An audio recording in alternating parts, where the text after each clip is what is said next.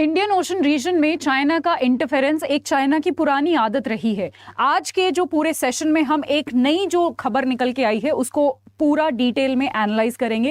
Hello everyone, myself Pinky और मैं आप सभी का स्वागत करती हूं अड्डा 24/7 पर। जैसा कि आप यहां पर देख सकते हो, हमने एक अपनी टेस्ट जो अपनी एक मिसाइल है अग्नि 5 जिसका नाम है, वो हमने टेस्ट करनी थी। इस चीज का हमने बेसिकली एक नोटम निकाला, यानी सब लोगों को एक जानकारी दी। आसपास के जितने भी देश हैं, मैं आपको ब्रीफली एक बारी समझा देती हूं कि ये पूरा मुद्दा क्या है, उसके बाद हम डिटेल में चलेंगे। तो हमने अपनी एक टेस्ट जो है, अपनी जो एक मिसाइल जो है वो टेस्ट करनी थी, इसलिए हमने सबको बताया कि जी इस एरिया में हम ये टेस्ट करने वाले हैं। तो आसपास के जितने भी एरियाज हैं, आप उनको हमने एक तरीके से नो फ्लाई जोन डिक्लेयर कर दिया कि आप यहाँ पर इस ड्यूरेशन के टाइम पर इस दिन बेसिकली आइएगा मत, कोई खतरा नहीं होना चाहिए किसी को भी।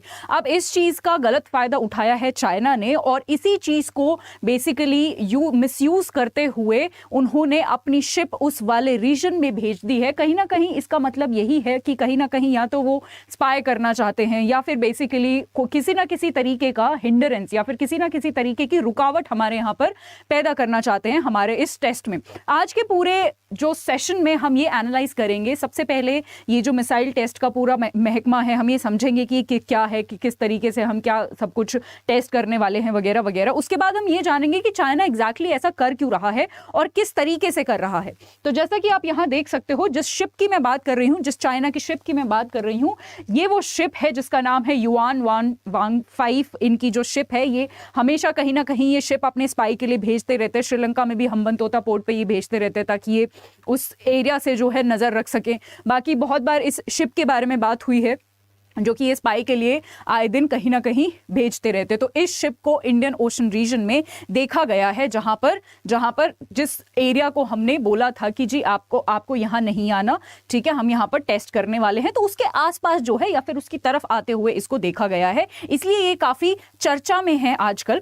आगे देख लेते हैं। जो मैं एरिया की बात कर रही हूँ, जो मैं एरियाज की बात कर रही हूँ, उस पे आने से पहले मैं आपको बता दूं कि ये जो मिसाइल टेस्ट है, ये हमने 15 और 16 दिसंबर के लिए डिसाइड किया हुआ है कि जी हम इन दौरान जो अपना मिसाइल टेस्ट है वो कर सकते हैं। कौन सा मिसाइल जो है या फिर कौन सा वो हम टेस्ट करने वाले हैं, कौन सा मिसाइल हम टेस्ट करने वाले हैं, मैं यहाँ पर अग्नि 5 की बात कर रही हूँ। बहुत सारी खबरें ये भी आ रही हैं कि अभी डिसाइडेड नहीं है, कुछ 2-3 मिसाइल्स के 2-3 टेस्ट के नाम लिए जा रहे हैं कि हो सकता है हम ये भी कर दें या ये भी कर दें।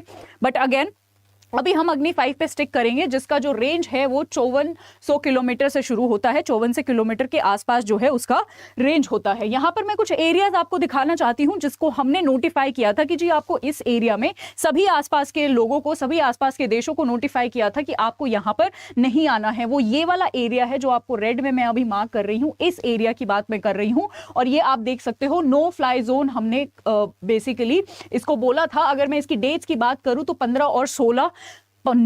और 16 दिसंबर 2022 की ये डेट है, राइट। तो ये वाला एरिया हमने बोला था कि यहां पर नो फ्लाई जोन हम डिक्लेयर कर रहे हैं, ये डेट के लिए आप नहीं आ सकते। और उसी दौरान उसी के आसपास हम ये देख सकते हैं, ये एक चाइना का जो युआन वांग 5 जो शिप है वो यहां पर देखा गया है। मतलब वो बेसिकली जिस एरिया को हमने बोला था कि नो फ्लाई जोन है, उसी की तरफ आता हुआ देखा गया है, राइट। अब एग्जैक्टली अगर मैं लोकेशन बताऊं, एग्जैक्टली लोकेशन यहां पर हमारे लिए जाननी इसीलिए है क्योंकि यहां पर बहुत सारे स्टेट्स पड़ते हैं, बहुत सारे इंपॉर्टेंट स्टेट्स पड़ते हैं जो हमारे एग्जाम पर्सपेक्टिव से बेहद जरूरी है। जैसे यहां पर सबसे पहला स्टेट जहां पर ये शिप जो है वो आती हुई दिखाई दी गई है, वहां पर एक सबसे फेमस स्टेट पड़ता है लोम्बोक स्टेट जिसको बोलते हैं, जो कि इंडोनेशिया के 2 जो आइलैंड्स हैं, जावा और सुमात्रा, उसके वहां पर है। अगर आपको लोकेशन से ज्यादा बेटर समझ आता है तो यहाँ पर ये इसकी लोकेशन, जहां पर लोम्बोक स्ट्रेट आपको यहाँ पर देखने को मिलेगा, जावा और सुमात्रा के जो इंडोनेशिया के जो 2 आइलैंड्स हैं इनके बीच में। उसके साथ साथ ये जो 2 और आइलैंड्स हैं या फिर ये 2 और जो स्ट्रेट्स हैं, ये भी बेहद जरूरी हैं किसी भी एग्जाम पर्सपेक्टिव से। स्ट्रेट ऑफ मलक्का और सुंडा स्ट्रेट, अगेन वहां पर यही लिखा हुआ है कि लोम्बोक जो स्ट्रेट है is one of the state जो कि इन 3 स्टेट्स में से एक स्टेट है जो कि काफी ज्यादा जरूरी है। अब आपका सवाल ये होना चाहिए कि ये जरूरी क्या है। लोकेशन हम देख चुके हैं कहां पर ये पड़ता है, ठीक है, ये यहाँ पर मलक्का और यहाँ पर सुंडा स्ट्रेट पड़ता है इंडोनेशिया के पास, और ये सिंगापुर और इंडोनेशिया के यहाँ पर, राइट। ये ज़रूरी स्ट्रेट इसीलिए है, ये ज़रूरी जगह है इसलिए है क्योंकि यहाँ पर होता है ट्रेड का एक्सचेंज। जो तेल का एक्सपोर्ट होता है, पेट्रोलियम प्रोडक्ट्स का एक्सपोर्ट होता है, बहुत सारा एक्सपोर्ट होता है इन सारे स्ट्रेट्स, इन सारे रूट्स। इनको आप एक रूट की तरह याद रख सकते हो कि ये 3-4 रूट्स हैं जो कि बेहद ज़रूरी है। यूरोप के साइड एक और रूट है या फिर एक और स्ट्रेट है, स्ट्रेट ऑफ हॉर्मुज़ जिसको हम बोलते हैं, जिसके थ्रू भी बहुत सारा ट्रेड हमारा होता है। मतलब पूरे वर्ल्ड के बीच में जो ट्रेड्स होते हैं पेट्रोलियम प्रोडक्ट्स के, ऑयल के, वो ट्रेड्स यहाँ पर काफ़ी ज़्यादा भरपूर मात्रा में होते हैं। इसीलिए ये जो स्ट्रेट्स हैं ये बहुत ज़रूरी है। और इन स्ट्रेट्स में जिस कंट्री का बेसिकली ज़्यादा चलती है, इन कंट्रीज़ के आसपास, इन स्ट्रेट्स के आसपास जिनका ज़्यादा दबदबा होता है, वो कंट्री हमेशा ही बेसिकली एक उसका अपर हैंड रहता है ट्रेड के मामले में।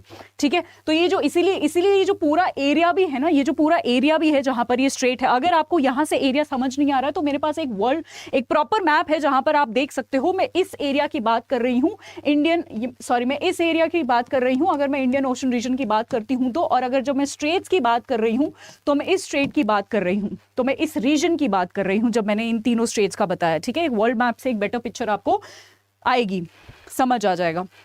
राइट, चलिए अब बात कर लेते हैं कि अच्छा ये सब हो रहा है, चाइना अपनी शिप इस तरफ भेज रहा है, हमने मिसाइल टेस्ट करनी है, चाइना रुकावटें पैदा कर रहा है, बट चाइना ऐसा कर क्यों रहा है? देखिए यहाँ पर 2 सबसे बड़े मुद्दे जो हैं, जो हमें समझ आते हैं, जो निकल कर आ रहे हैं, वो ये है, पहला है रेंज। देखिए वो ये चेक करना चाहते हैं, वो ये स्पाई करना चाहते हैं कि जितनी हमने रेंज बोली है कि जो हम मिसाइल टेस्ट करने वाले हैं वो इतनी पर्टिकुलर 5000 प्लस आसपास, मतलब 5000 के आसपास किलोमीटर तक वो जाएगी। तो चाइना वाले यही देखना चाहते हैं कि क्या एक्चुअली में यही रेंज है या फिर उससे ज़्यादा रेंज हम कवर करने वाले हैं, क्योंकि ऑफ कोर्स उनके लिए वो एक सिक्योरिटी या फिर वो उस चीज़ से इनसिक्योर हो रहे हैं, आप बोल सकते हो सीधा सीधा। तो वो एक रेंज बेसिकली हमारा देखना चाहते हैं। अभी क्या क्या रेंज है, कौन कौन से अग्नि मिसाइल्स की, ये भी हम एग्जैक्टली आगे पढ़ने वाले हैं, और इस रेंज से क्या कुछ खतरा हो सकता है ये भी हम देखेंगे। उसके बाद जो दूसरा रीजन है जो हम प्रिडिक्ट कर पा रहे हैं वो है डेब्री का।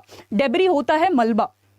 कोई भी जब मिसाइल टेस्ट होती है, जब वो वापस आती है तो उसका मलबा कहीं ना कहीं गिरता है इंडियन ओशन रीजन में, या फिर जहां भी वो टेस्ट हो रही है वो मलबा उसका वहां पर गिरेगा। अब मलबा जो है वो बहुत इंपॉर्टेंट होता है क्योंकि मलबे में बहुत सारी चीजें छुपी होती है, स्पेशली टेक्नोलॉजी, कि क्या टेक्नोलॉजी यूज करके एक पर्टिकुलर देश ने अपनी जो ये मिसाइल है वो बनाई है, राइट। और उस मलबे के चोरी होने के बहुत ज्यादा चांसेस रहते हैं, स्पेशली जो एनिमी कंट्रीज हैं वो इस ताक में रहते हैं कि अगर कोई किसी भी तरीके का डेब्री मिले तो हम वहां पर जाए, वो डेब्री चुराएं और उनकी टेक्नोलॉजी बेसिकली समझने की कोशिश करें ताकि हम उनसे बेटर बन सके।